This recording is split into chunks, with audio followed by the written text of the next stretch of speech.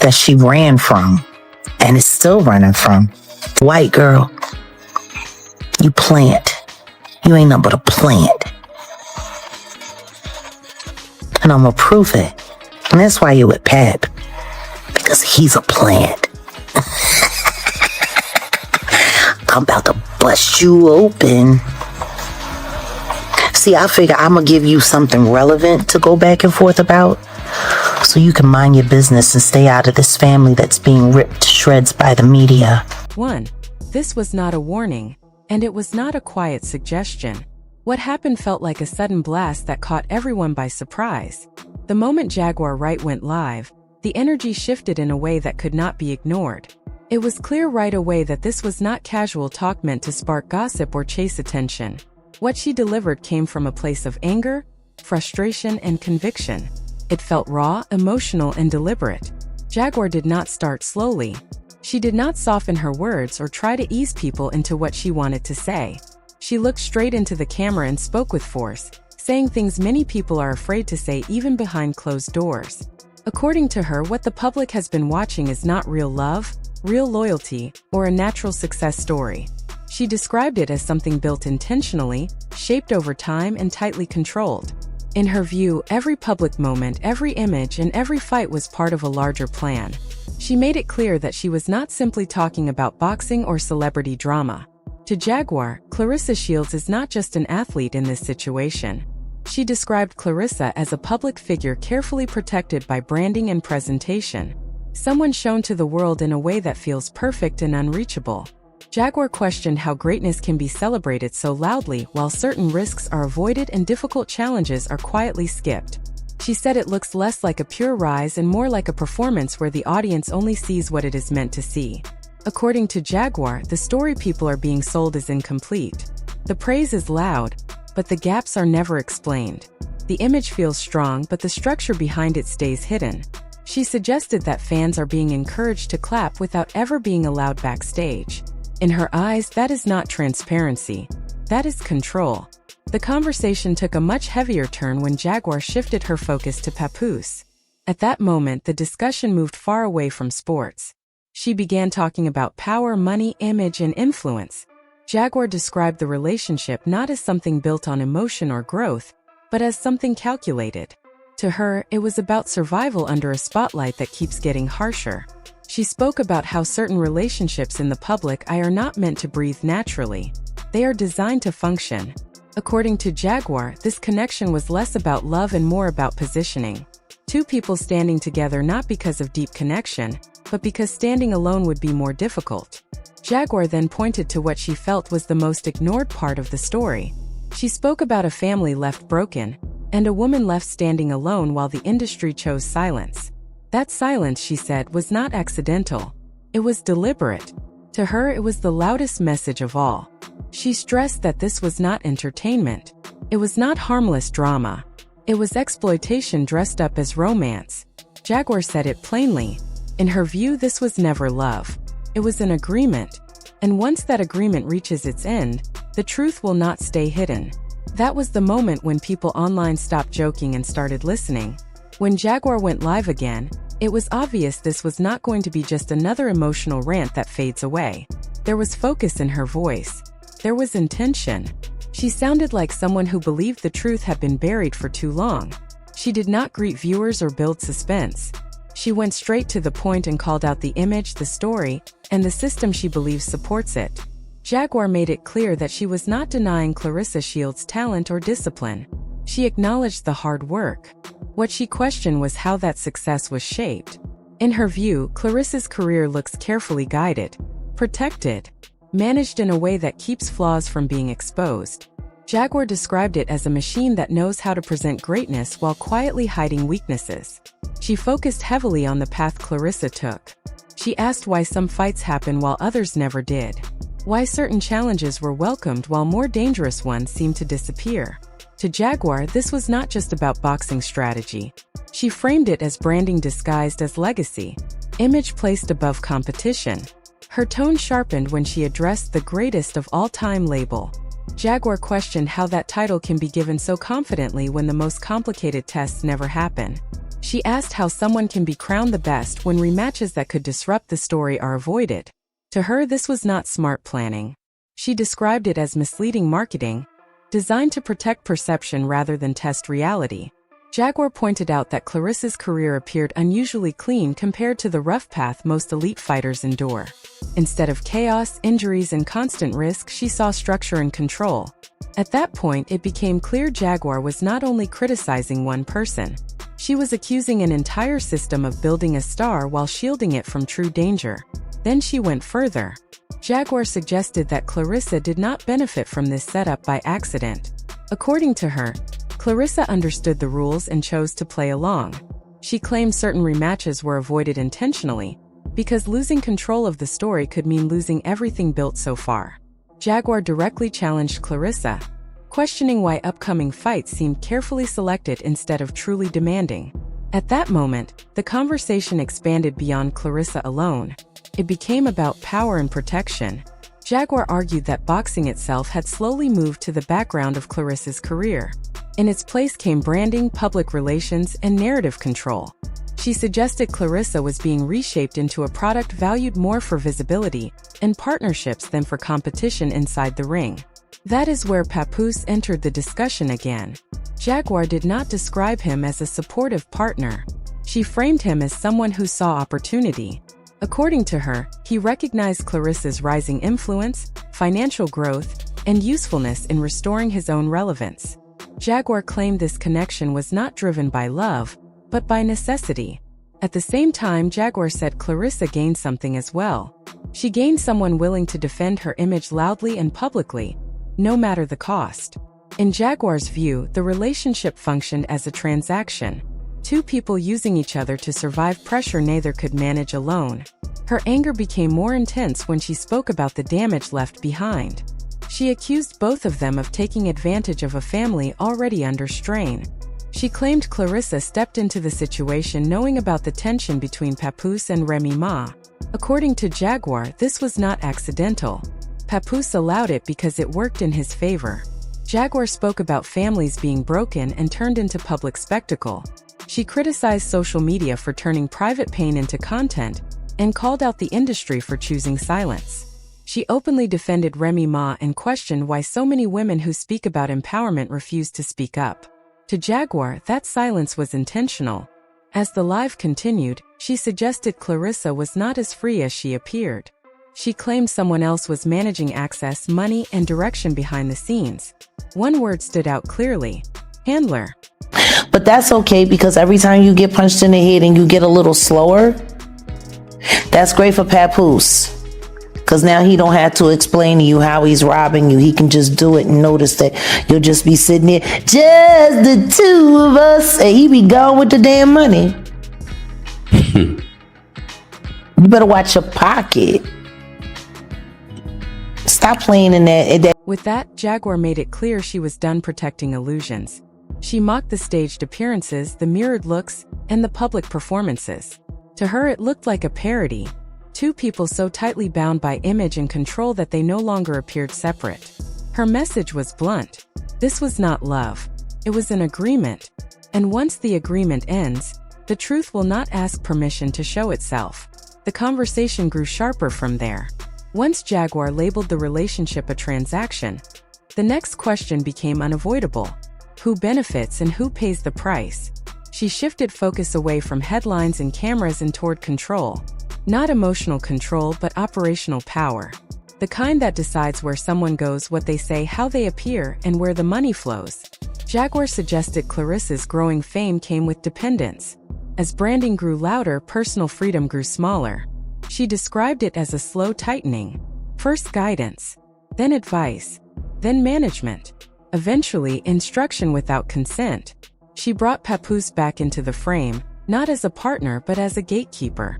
Someone who filtered criticism, dismissed concerns, and framed warnings as jealousy.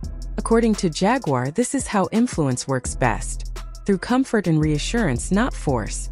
Her message became clear. Claressa was not only being lifted, she was being contained. Jaguar warned that fast money and rising opportunities shift power quickly. When one person handles contracts, schedules, messaging, and damage control, imbalance forms. She ended on a dark note, warning that physical damage combined with financial dependence creates a dangerous dynamic. In her view, that condition is the most profitable of all. And that is where Jaguar left it. Not with noise, but with consequence. Claressa stepped into this situation without the same level of protection, and Jaguar made it clear that this difference mattered more than people realized. According to her, the industry does not reward strength and independence the way it claims to. Instead, it often favors people who are easier to manage and more willing to stay quiet. Jaguar questioned why Remy was left to stand alone once the narrative shifted.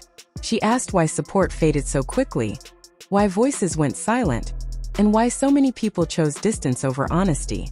In her view, silence is never neutral. Staying quiet is still a choice, and it always benefits someone. As the live continued, Jaguar stopped focusing on individuals and started talking about patterns she had seen again and again. She described a familiar cycle in entertainment and sports. Someone rises quickly, gets packaged into a clean story, and is sold to the public as flawless. That image is protected as long as it brings value. But once attention slows or problems appear, the protection disappears. The same people who helped build the image quietly step away, leaving the person who trusted the system to deal with the fallout alone. Jaguar warned that this kind of collapse rarely happens all at once. There is no sudden scandal or dramatic ending. Instead, it happens slowly. Phone calls stop getting returned. Support becomes harder to find. Opportunities dry up without explanation.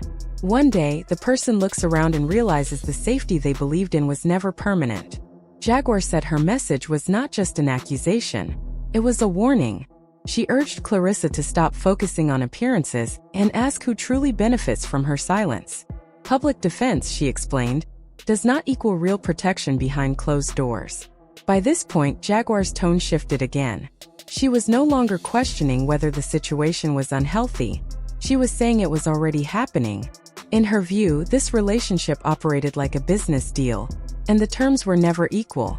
If the earlier part of the live explained what the situation really was, the later part focused on the cost. Jaguar made it clear that nothing stays unpaid forever. As she moved toward the end of the live, her delivery became calmer but sharper. The anger was still there, but it was controlled. The accusations had already been laid out. The patterns had already been explained. What remained was the hardest issue of all: the silence from everyone else. Jaguar turned her attention away from Claressa and Papoose and looked at the industry itself. The peers. The so-called allies. The people who watched everything unfold and chose not to get involved. She argued that this silence is not accidental. It is calculated. Staying quiet protects access, contracts, and proximity to power. When too many people benefit from a story, no one wants to be the first to question it. Instead, they wait. They avoid. They tell themselves it is not their place. Meanwhile, the damage continues to grow. Jaguar pointed out a pattern that shows up every time a relationship collapses in public. The woman who speaks up is labeled difficult, emotional, or bitter. The man who benefits from confusion keeps moving forward. And the person positioned as the new face is allowed to step over the wreckage without being questioned.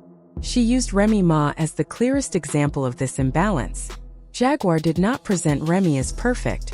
She described her as inconvenient, a woman with experience, credibility, and a voice that could not be reshaped to fit a clean narrative. That inconvenience, Jaguar said, made Remy disposable. Instead of defending her, the industry adjusted its strategy. Jaguar questioned why so many women who speak loudly about empowerment suddenly went quiet. Why solidarity disappeared the moment it required risk. Why defending someone on the wrong side of the story felt too expensive. To Jaguar, this was not betrayal. It was fear. People protect what keeps them paid. She then turned back to Claressa, not with sympathy, but with urgency. Jaguar warned that Claressa's current visibility is fragile. Influence built on controlled stories can collapse quickly once cracks appear. She pointed to the carefully staged images, the confident public presence, and the growing online attention. To her, it looked like someone being pushed forward faster than they could fully understand what was happening behind the scenes. The danger, Jaguar said, is that once a person becomes more valuable as an image than as a human being, their well-being stops being the priority. Jaguar directed her criticism toward Papoose one final time. She did not accuse him of one dramatic action. Instead, she accused him of positioning, always close enough to benefit, but distant enough to deny responsibility, showing stability in public while aligning with chaos behind the scenes, expressing emotion outwardly while profiting quietly. According to Jaguar, this is how accountability is avoided. No one runs. They blend into stories where blame is spread so thin that no single person is ever held responsible. But the simple fact that more people in hip-hop aren't standing up for Remy, that more female MCs are letting this little weirdo, I barely got a boxing record chick, disrespect one of the greatest female MCs of all time. Jaguar directed her criticism toward Papoose one final time. She did not accuse him of one dramatic action. Instead, she accused him of positioning, always close enough to benefit, but distant enough to deny responsibility, showing stability in public while aligning with chaos behind the scenes, expressing emotion outwardly while profiting quietly. According to Jaguar, this is how accountability is avoided. No one runs. They blend into stories where blame is spread so thin that no single person is ever held responsible. As the live continued, Jaguar mocked the performative nature of everything surrounding the relationship. The coordinated appearances, the matching outfits, the public affection meant to signal unity while hiding imbalance. She described it as a parody, a relationship so managed that authenticity never had room to exist. In her words, they had stopped being partners and started becoming reflections, copies instead of complements, two people orbiting the same image until neither could tell where one ended and the other began. Then Jaguar paused, and the tone shifted from commentary to consequence. She reminded viewers that transactions always have expiration dates. Deals made under pressure do not age well. When returns slow, protection fades. This was not a joke or a threat. It was a diagnosis. She explained what usually comes next in situations like this: gradual distance, missed calls, carefully worded explanations, quiet exits, then the sudden realization that the people who once controlled everything are no longer reachable. When the spotlight moves on, Jaguar said, it does not take the damage with it. It leaves it behind. Jaguar argued that the industry prefers confusion over clarity because confusion buys time, delays accountability. It keeps the public arguing about personalities instead of systems. That is why this story keeps getting labeled as drama instead of being examined for what it truly represents. Calling it by its real name would force uncomfortable conversations about control, exploitation, and who benefits when families fall apart in public. She stripped the situation down to its core. This was not about boxing. It was not about hip-hop. It was not even about romance. It was about use. Who is being used? Who is doing the using? And who is standing quietly on the sidelines, waiting to see how things turn out? Jaguar said love does not require handlers. Legacy does not need protection from competition. And truth cannot survive in rooms where everyone is paid to stay quiet. By the end of the live, Jaguar had taken apart the illusion piece by piece. Not with leaked documents or dramatic revelations, but with consistency. Her message never shifted. Her framing never softened. Her conclusion never changed. This relationship was not built to last. This narrative was not built to hold. And the silence surrounding it will not survive pressure. Because when deals fall apart, the truth does not explode all at once. It leaks slowly, publicly, and permanently. Once that process begins, no amount of branding can undo it. What people are watching now is not chaos. It is consequence. It is what happens when image is valued more than integrity and silence is mistaken for loyalty. The betrayal here is not just personal. It is structural. It is built into how power operates, how stories are protected, and how people are discarded once they are no longer useful. Someone trusted the wrong people. Someone believed the performance. And someone else walked away untouched, wealthier, and clean. This is how it usually ends. Not with closure. Not with apologies. But with distance. With rewritten histories. With everyone suddenly claiming they did not know, did not see it, did not play a role. That erasure, Jaguar suggested, is the most damaging part of all. What makes this situation tragic is not fame or money. It is time. Time given to people who were never honest. Time spent defending a story that was already breaking underneath. Time lost protecting something that was never real to begin with. Now the audience is left watching the aftermath. The silence. The unanswered questions. The slow realization that love was never the foundation. Leverage was. And Jaguar's final message lingered long after the live ended. Do not look away. Do not let this be buried under the next headline. Stories like this do not end when the broadcast stops. They end when people refuse to accept the version they are being sold. Question what you were told to celebrate. Decide for yourself who benefits and who pays. Because once the truth starts leaking, it never goes back in the bottle. You got a fight coming up. Handpicked. Funny. It's not the fight you should be fighting, is it? There's a rematch you've been running from for years. You want to call yourself the greatest woman of all time, but just the two of us and whoever he's reporting to. Because I'm telling you now, after this relationship farce business with you, trying to transfer the Black Love brand to you and him, he's your handler, girl. Wake up.